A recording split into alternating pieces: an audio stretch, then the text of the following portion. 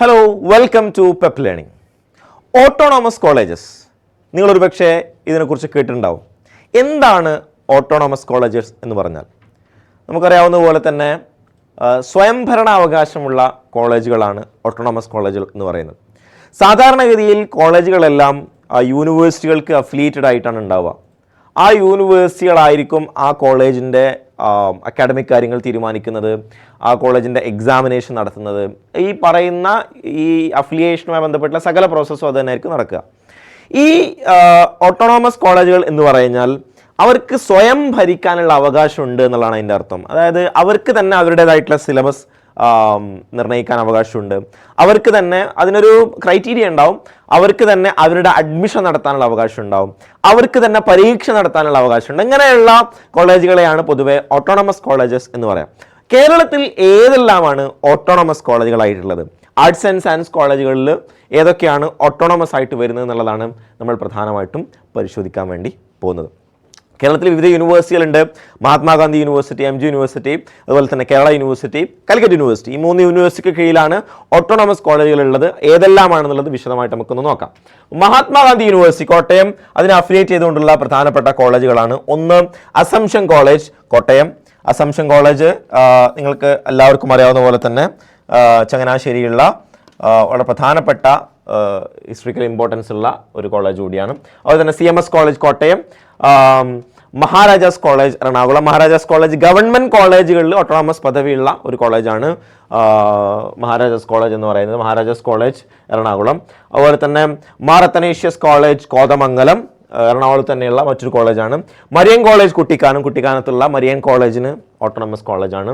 അതുപോലെ തന്നെ Rajagiri college of social science പഠനവുമായി ബന്ധപ്പെട്ട് വളരെ പ്രധാനപ്പെട്ട ഇൻസ്റ്റിറ്റ്യൂഷനാണ് രാജഗിരി കോളേജ് എന്ന് പറയുന്നത്. രാജഗിരി കോളേജിൽ സോഷ്യൽ സയൻസ് കോഴ്സുകളാണ് പ്രൊവൈഡ് ചെയ്യുന്നത്. SH college Thevara, Sacred heart college Thevara എല്ലാവർക്കും അറിയാവുന്ന പോലെയുള്ള കോളേജാണ്.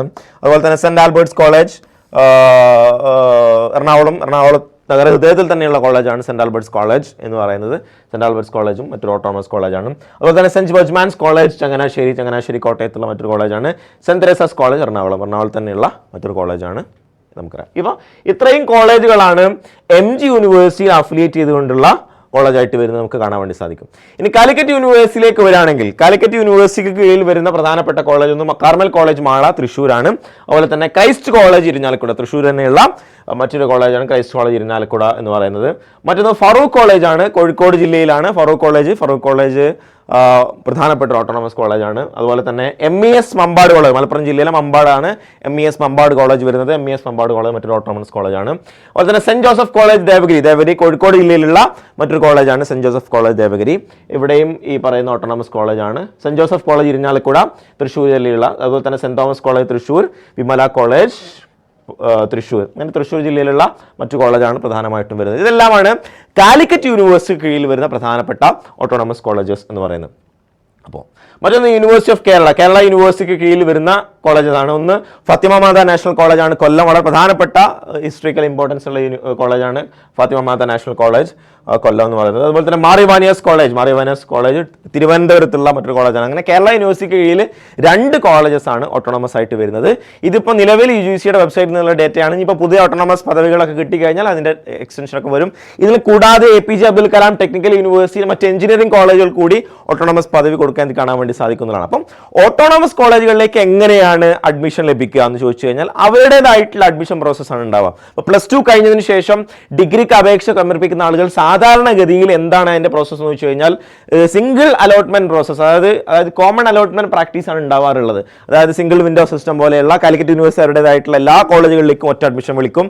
MG യൂണിവേഴ്സിറ്റി അവരുടെ അഡ്മിഷൻ വിളിക്കും. കേരള യൂണിവേഴ്സിറ്റി അവരുടേതായിട്ട് അഡ്മിഷൻ വിളിക്കും. ഇങ്ങനെ അഡ്മിഷൻ വിളിക്കുന്ന സമയത്ത് ഓട്ടോണമസ് കോളേജുകൾ അതിൽ ഉൾപ്പെടുകയില്ല. ഓട്ടോണമസ് കോളേജ് അവരുടേതായിട്ടുള്ള സെപ്പറേറ്റ് ആയിട്ടുള്ള ആപ്ലിക്കേഷൻ ഫോം വിളിക്കുകയും അവരുടേതായിട്ടുള്ള അഡ്മിഷൻ പ്രോസസ്സ് നടത്തുകയും ചെയ്യുക. ഇങ്ങനെ ഒരു സ്വയംഭരണ അവകാശം ഈ പറയുന്ന ഓട്ടോണമസ് കോളേജുകൾക്കുണ്ട്. അതുകൊണ്ടാണ് അവരുടെ യൂണിക്കായി നിൽക്കുന്നത്. അവരൊരു പക്ഷേ കാലിക്കറ്റ് യൂണിവേഴ്സിറ്റിയോ MGയോ കേരളയോ നടത്തുന്ന സെമസ്റ്റർ എക്സാമിനേഷൻ അതേ സമയത്ത് ആയിക്കോളെന്നുള്ള എക്സാമിനേഷൻ നടത്തുക.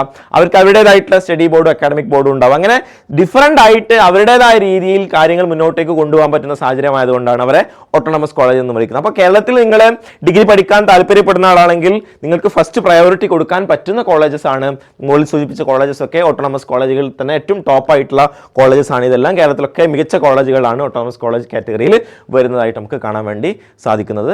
സോ ഇത്രയും ഇതുമായി ബന്ധപ്പെട്ട് ഇത്രയും കാര്യങ്ങളാണ് സൂചിപ്പിക്കാനുള്ളത്. നിങ്ങൾക്ക് കൂടുതൽ എന്തെങ്കിലും കാര്യങ്ങളോ സംശയങ്ങളോ ഉണ്ടെങ്കിൽ നിങ്ങൾക്ക് കമൻറ്റ് ബോക്സിൽ ചോദിക്കാവുന്നതാണ്. ഇത്തരം വീഡിയോസ് നിങ്ങൾക്ക് ലഭിക്കാൻ നിങ്ങൾ ചാനൽ സബ്സ്ക്രൈബ് ചെയ്യുന്നത് നല്ലതാണ്. Wish you all the best.